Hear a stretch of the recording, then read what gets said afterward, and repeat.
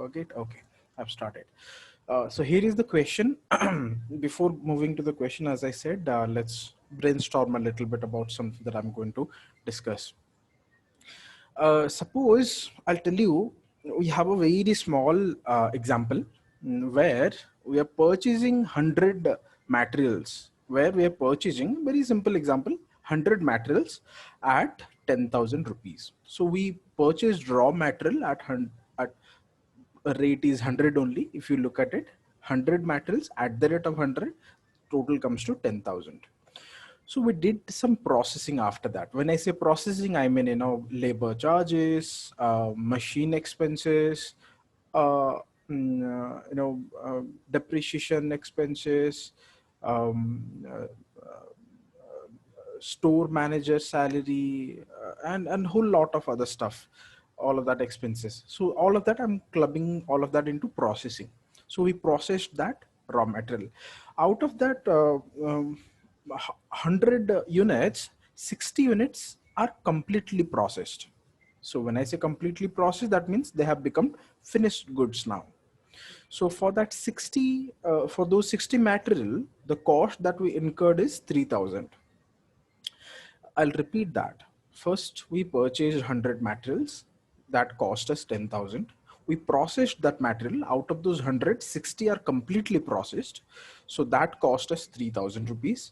Out of those 100, 30 are such which are processed only halfway through. So when I say halfway through, that means it cost us only 750 rupees. In fact, if you do the ratio, that should match exactly. When I say halfly processed, that means those 30 units have not yet been converted into finished goods. Then out of those 60 units that was completely processed, we sold only 50 of them. I'll repeat that whole thing because this is very important. If you understand this example, we'll be able to catch things very quickly in this question. We purchased 100 materials, we processed 60 fully, 30 halfly, then we sold 50. Okay, what I want to know is how much of material I'm left with at the end of the whole thing. Can somebody tell in quantity? Let's forget about the cost part. In quantity, how many material are there in my hand? So 10 finished, 30 in progress, and 10 raw material available. Absolutely, absolutely. That's absolutely correct. I want somebody else to confirm. Did you get it? I mean, Sale has already got the numbers right, all three numbers. So raw material, in order to know, can somebody please communicate? What is the number? What should be the raw material in number? 100. No, raw material that we are left with. 10. 10 only, right? How do you get to 10? 100 minus 90. Perfect. Did everybody get it? How did we calculate? 100 minus 90? Yes. Awesome. Let's go to work in process. When I say WIP, that means work in process. So some part of the, so a portion of the raw material that we purchase that is still in process. That's what we are referring to here. So how much any materials are still in process, are not yet completed? The information is already there in the example. It's 30. 30. Yes, perfect. Now finished goods, how many such units are there which are completely done with, completely processed, but yet not sold? 10. How do you calculate that? 60 processed, 50 sold. Perfect. So that should be 10 only. Now let's come to the important part of this brainstorming. Let's assign cost to it. Now you imagine that this is your small organization, small company that you have. You are left with 10 materials. What is the cost that you will assign to it? How much those 10 material cost to you?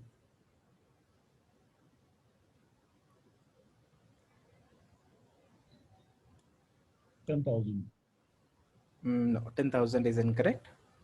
100 into 10,000. 1,000, yes. Did everybody get it? It's 1,000 only. How do you do? You purchased 10,000, 100 materials at 10,000. So the purchase cost was 100 rupees per unit only, right?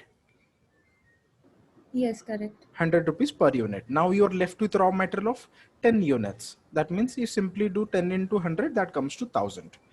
So because raw material is not processed, nothing has been done. So the original cost of it, you take it forward and you calculate the cost of it. That's as simple as that. Does everybody agree with it? How you calculate it? Any doubts? No, Dheeraj, I got it. Awesome. Now let's come to the work in process. 30 units we have are such which are still in process. What is the cost of these 30 units as of today? Be very cautious, you might make a mistake here.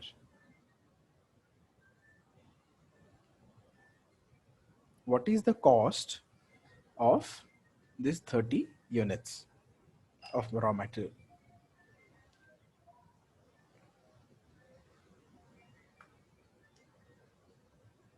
Will it be 3,750? 20. Yeah, so I think cell sheet 3750, 3750. Yeah, that is Yeah. correct answer. Joshi, you were saying something, please.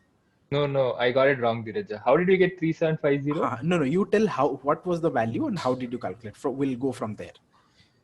What No, was the I value? thought for 60 materials it is 3000. Okay. So for 30 it is going to be half of that. That's what I took. Okay, no, I got your point. So right now we are only focusing on the 30. Those are still in process. Okay, this is the part. Those 60 are already completed, right? We're not going to look at that right now. Those 60 are already completed. We are only looking at those 30 which are still in process. That is this 30. Do you agree? Yeah, yes, Dheeraj, yes. Yeah, awesome. So this 30 raw material purchase price will be how much for these 30 units? What into what? 3,000. Yes, 30 into 100. Am I right? Yeah. 100, we just got the cost per unit. You do 30 into 100, that comes to 3000. Your processing charges are 750. You add that also. That comes to 3750. Does that make sense? Yes. Yeah, yes, Dheeraj. Yeah. So basically, raw material cost plus you are doing processing charge also. Whatever processing that is already done. Here, the processing is completed 50%. So that's what you're doing. You're adding 50% of the processing charges, which is already given. 750 is actually the 50%. If you do the calculation, no? So for 60, it's 3000. For 30, it's 1500. If 50% completed, then half of 1500, that comes to 750. Should I do that once more? So this is nothing but 3000 divided by 2 into 50%. It will come to 750 only. That's how I was telling that these 30 units are only 50% completed. Yeah, any doubts in this one? 3750 calculation? No, Dheeraj, No, it's clear. awesome. Now let's come to the finished goods. Now in finished goods, what happens is there are two options. I need to know those two options from you. At least if you figure that out, I can tell you what needs to be done afterwards.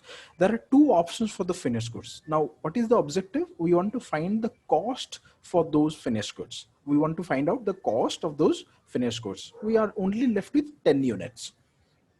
And we want to know what should be the cost for that, or what should be the value of that finished goods, right? What should be the value of that finished goods? Now you tell me what are those two options, or you tell me the number, whichever is easy for you. Go for it.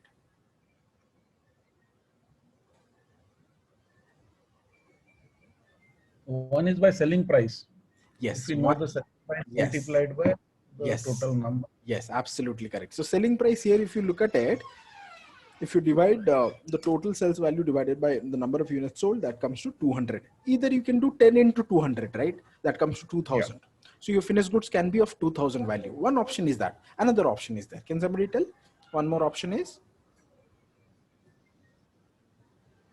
Calculating it through the processing and all the charges. Yes. Totaling all the costs that you have. Absolutely correct. Totaling all the costs that we have and calculating the value of the finished goods on the basis of that cost per unit. So what is the cost per unit? Can somebody tell what is the cost per unit? Let me calculate the processing charges per unit. That comes to 50 rupees per unit.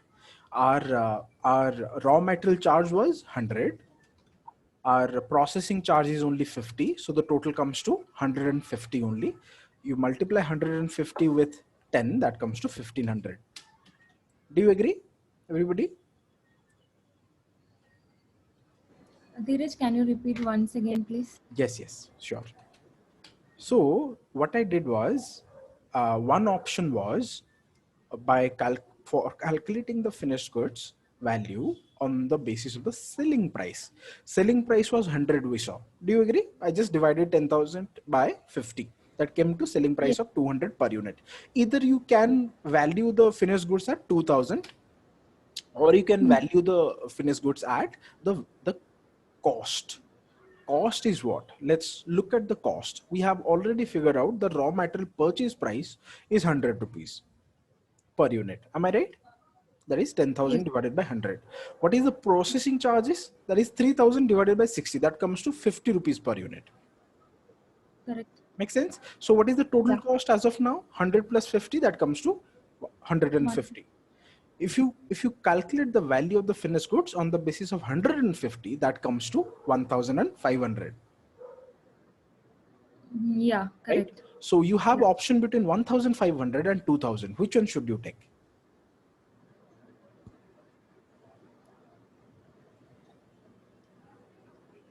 Of course, somebody when look at it, they'll tell, no, obviously we should take 2,000, right? Yeah. Yeah. But that's not what universally accepted standards say. They say we should follow a concept called conservatism. So we should be very very, how do you say, very serious when we are booking more profit. When booking losses, we should book right away. When booking more profit, we should be very cautious, which is exactly why here there is actually a standard. Whether you talk about IFRS, whether you talk about Indian accounting standards, all of them have a standard which tells you value the finished goods at the lower of the cost or net realizable value. So which is selling price only. And here the lower one is 1500. So almost in all the examples that we'll get, even in the questions in the exams, cost will always be lesser. Won't you agree? Obviously selling price will be higher, isn't it? That's right. Yeah. So we'll always value the finished goods at cost only, not the selling price. Is that clear? So Okay. the logic I have told, but you just have to remember that part. You always have to value the finished goods at cost only. When we did cost, I wrote something right next to it. Raw material cost plus processing 100%. Do you agree with that? Or are you facing any challenge in understanding that part? I think that's clear. Clear, right? Any doubts, guys, in this small example?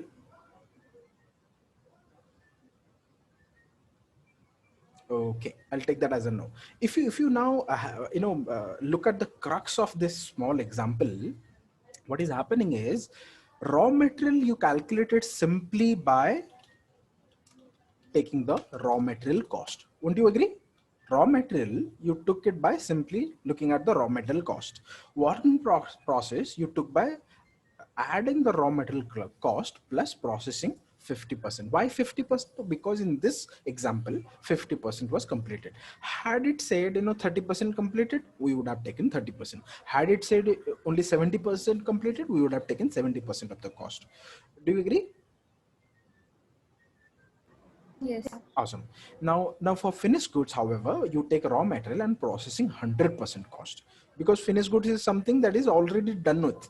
So all of the costs are already incurred. So you take 100% cost. That is the crux of it. That's exactly what we are going to in this question now. Is that okay, everybody? Yeah. Yes. Awesome. We'll go to the question right away.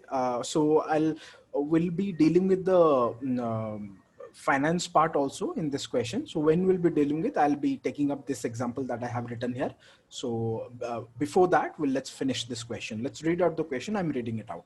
XYZ Company Limited is a pipe manufacturing company. Its production cycle indicates that materials are introduced at the beginning of the production cycle. Wages and overhead accrue evenly throughout the period of the cycle. Until this point, nothing means nothing. You don't have to focus on anything, at least for the calculation purpose.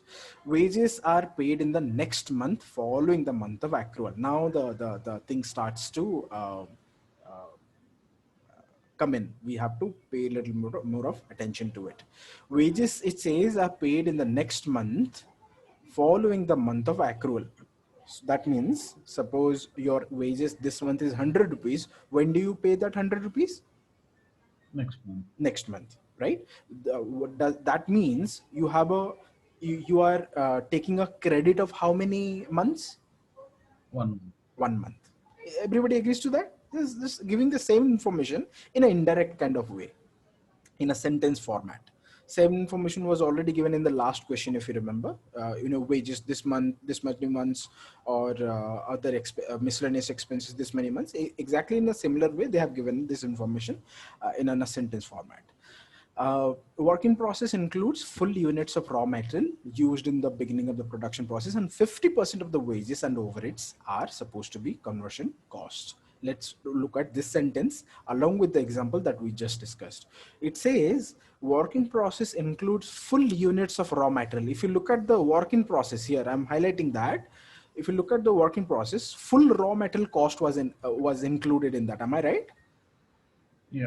Yeah, here also they're saying the full units of raw material you include in that, and 50% of wages and overheads. Wages and overheads are nothing but the processing cost only. I was also talking about that when discussing about the processing one. Wages, overheads, other depreciation expense, machinery, other expenses related to the machinery, and all of that stuff. Everything is included in the processing part. So that's exactly what they are saying also, what we had in the example. 50% of the processing are to be included in the work in process. Now it should be clearer to you. Details of production process and components of working capital are as follows. Other information are given, like for example, production of pipes. Total 12 lakh units of pipes are produced. Duration of the production cycle is 1 month. Duration of the production cycle is 1 month. What does this mean? Can somebody tell? Duration of the production cycle is 1 month. So the raw It'll material take 1 month for processing. Yeah, it takes 1 month for raw material to be taken A finished into good. not necessarily finished goods, because you're right, you're absolutely right. I was taking a little bit of different direction there. Yeah, you're right. To be finished goods, it takes 1 month. That's exactly what is production cycle called. Let me just go a little bit out of the line and ask, what do you think, that production cycle is lesser the better or more the better? Lesser. Lesser the better, right? Everybody gets it? Lesser is the better? No doubts, right? Yeah. Awesome. Now, next thing, raw material inventory held for 1 month consumption. So here what they're saying is raw material is held for 1 month. We are again going back to the same logic. 1 month means your raw material cost into 1 divided by 12 is your raw material that is in your hand. Same logic that we were discussing in the last question also. Finished goods inventory held for 2 months. Exactly same logic, 2 divided by 12. Now we have to figure out the cost part. We have to figure out the cost part, because here the cost is not given directly. In the last question, if you remember, cost was given right next to it. Here it is not given, so we have to calculate the cost. How to calculate the cost? Similar way how we have done in the small example of ours. We'll see how it goes. Now let's go to the next one. Credit allowed by the creditors, that's 1 month. So again 1 by 12. Credit given to debtors. So debtors, for debtors you will do 2 by 12. Cost price of raw material. Now they start giving some cost price of raw material and other costs. Those are relevant for this calculation, what we discussed right now. Cost of raw material is 60 per unit, direct wages is 10 rupees per unit, overheads is 20 rupees per unit, selling price of finished goods is 100 rupees per unit. What I want you to find out right now is, tell me the value of, oh sorry, the cost of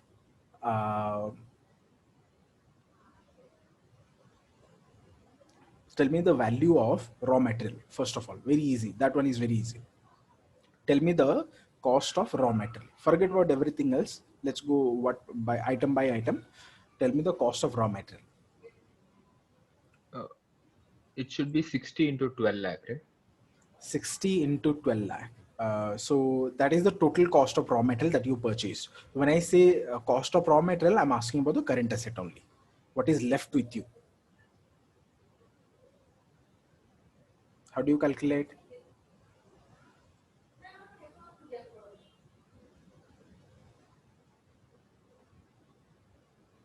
Do we do 1 by Is 12? it related to I think Anvesha was answering. I could not hear. I think your voice was breaking. Yeah. answering, so I stopped in between. So is it related to raw materials inventory held? So since it is 1 month of consumption only held, so will it Absolutely, be 12 absolutely, lakhs by? absolutely correct. Cell was also saying the same thing. You have to do a 1 divided by 12. Josie, is that okay? It's the same concept that we have done in the last question also. You calculate Yeah, that's it. cost by doing 12 lakh multiplied by 60. Then you do 1 divided by 12 in order to calculate how much of material are we left with in our hand. So that comes to how much of amount? 60 lakh. 60. 60 lakh? Yeah. Yeah. Yeah. So raw material, we got to know that that's 60 lakhs. Keep on writing in your notebook or wherever you are doing, because we have to do further calculations on these. So I have it already solved, but I'm not showing that fully because we better to go for it by ourselves. Let's move on to work in process. So in work in process, what they have said is it is going to take raw material full cost and the processing cost, sorry, not processing, wages and overhead 50%. First of all, you tell me what is the cost of work in process per unit. I'll ask you once more, what is the processing cost? Sorry, what is the work in process cost per unit? Then we'll go to the total value. 15 rupees is the work in process cost. Uh, 10 rupees per you're not unit. adding, you're not adding the raw material Raw cost. material cost. Yeah. Yeah. No, I am saying process. You said only processing cost. Okay. No, So it is T yes. plus 75. Awesome. Awesome. Did everybody get it? Why? How 75? Yeah. 50% of direct wages plus overheads Absolutely. and 50 Plus plus 60. 60. Plus 60, right? It's that simple. 60 plus 30 divided by 2 or 30 into 50%. That comes to 75 rupees. Anybody having any doubts? I can repeat that. No problem. All right.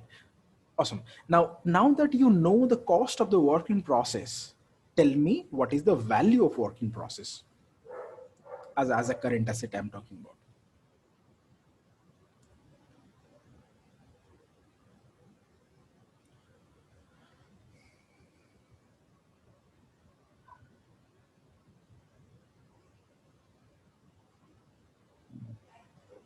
You have to follow the exactly same process, isn't it? How we calculate it for raw material.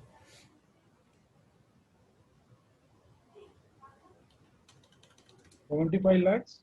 75 lakhs is the correct answer. Yes. Others, did you get it?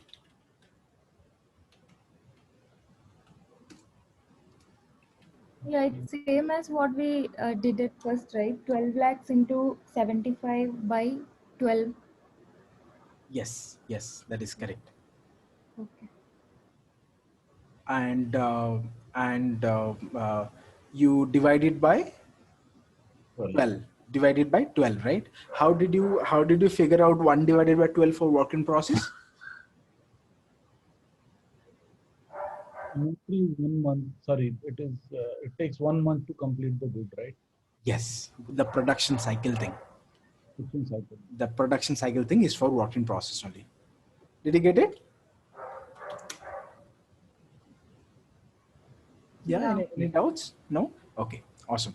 Now let's move to the finished goods. Finished goods, tell me the cost first per unit. Uh, 90 rupees. 90 rupees is the correct answer. Everybody, how did you get 90? Cost price direct, which is overheads. Plus overheads, absolutely correct. Now, if you look at it, your cost is 90, your selling price is 100. Always the cost will be lower on, and that's exactly the logic that is given by the standards also.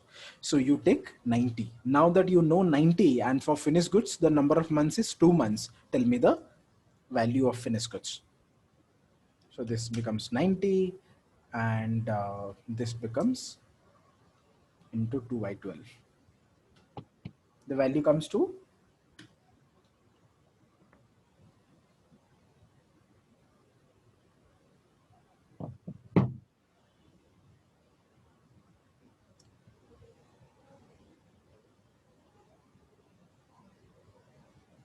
1 crore 80 lakhs.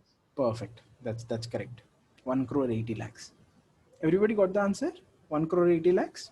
Finished goods? No, it's 2 months it's written, right? So we Yes. don't have to do. You have to do 2 divided by 12, Okay. right? So Yeah, your yeah. 12 lakhs into 90 comes to 10 crore 80 lakhs. You do 2 divided by 12, that comes to 1 crore 80 lakhs. Is that okay? Yeah, got it. Yeah. Yes, yes, yes. Yeah. Others, did you get it?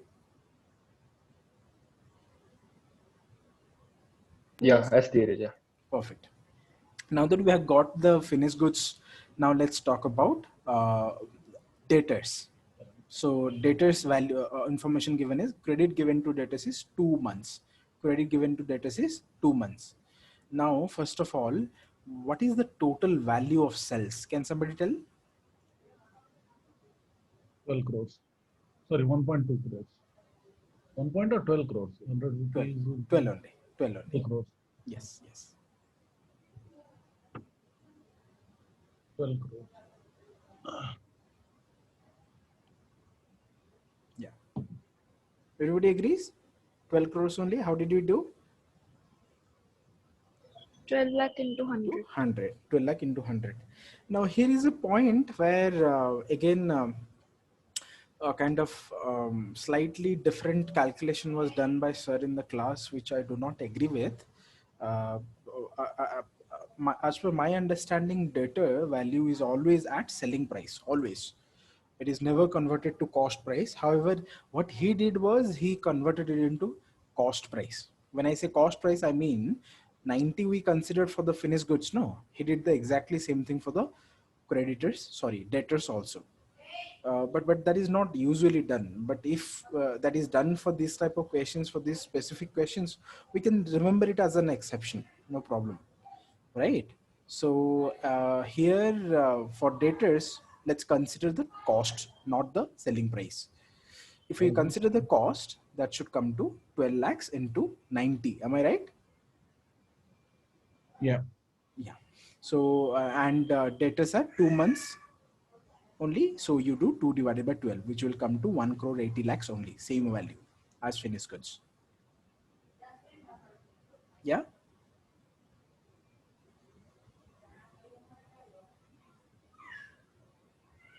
Any doubts? Okay, I'll take that as a no. So now that we are done with that, we are already done with all the current assets. Okay, let's calculate the current liabilities also. Now, first of all, creditors, we can see it. Creditors given information given is 1 month. Now, when you look at the creditors, who do you call a creditor will help us in determining which costs should we include. So creditor is specifically told for raw material only. Yeah. Because for wages, you have a separate information in this question. If you remember, this question said when we started with it, no, give me 1 second. There was one other information for the wages. Wages are paid in the next month following the month of accrual. Can you see it? In the first Yeah. paragraph itself. So wages are separately given. So when we are talking about creditors, then definitely they're not including wages here. Now, as they're separating wages, they must be separating overheads also. In fact, logically also, in creditor term, wages are not included. Whatever that we have to pay for the purpose of wages is called a separate name called outstanding wages. Same applies for the overheads also. Whatever we have to pay for the overheads, we call it outstanding expenses, not creditors. Creditors are specifically for raw materials. Is that okay, everybody? Yes. Yeah. So raw material, when we will be calculating, we know that creditors are 1 month only. Credit period is 1 month only. We have raw metal cost of 60. How do we calculate? 12 lakh into 60 and In divided 1 by by 12. perfect 1 by 12. Everybody, are you getting it? Any doubts? Okay, I'll take that as a no. One more liability is there. Can somebody tell what is that liability? Overhead. No, overhead. No other information is given about overhead, so we'll assume But that direct wages. yes, Wages. direct wages. Yes, direct wages is correct. Absolutely. So as we know, wages are paid in the next month. That means the credit period is 1 month only. And what is the cost of wages? 10 rupees per unit only, right? So what we'll do is 12 lakhs into 10. That comes to total cost of 1 crore 20 lakhs. That divided by 12 comes to 10 lakhs only. 10 lakhs is the outstanding wages, you can say. Or you simply say wages under current liability. That is also fine. Any doubts, guys, until this point? No, this is fine. Yeah. Others? Is it okay? Yeah, Dheeraja. Okay. Awesome. Awesome. Now that we have all the current assets and current liabilities, you do a total.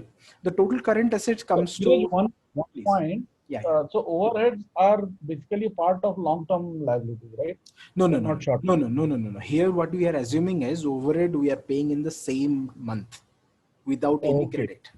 That's what you're assuming. You can also mention that as a note in the question. As no information about the overhead is given, we are assuming that overheads are paid right away, or in the same month, or without Yeah. any delay. Yeah. Yeah, that's what I thought. Yeah.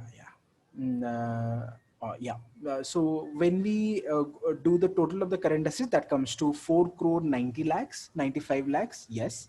And the total liability, current liabilities comes to 70 lakhs. So our net working capital comes to 4 crore 25 lakhs.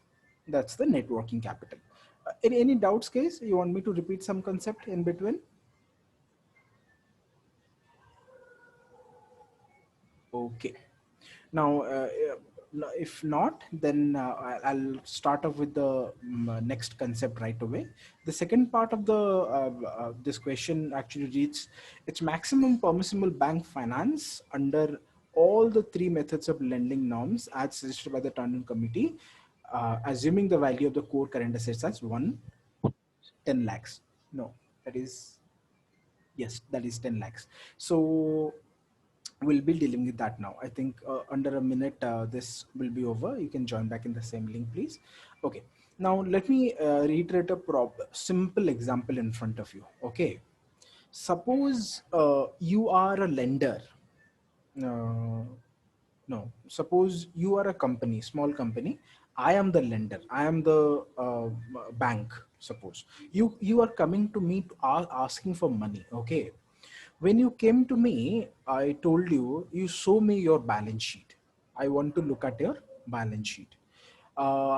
Then you showed me your balance sheet. I looked at it. What I found was your current assets are 100 rupees. Your current liabilities is 30 rupees. Okay, very simple information.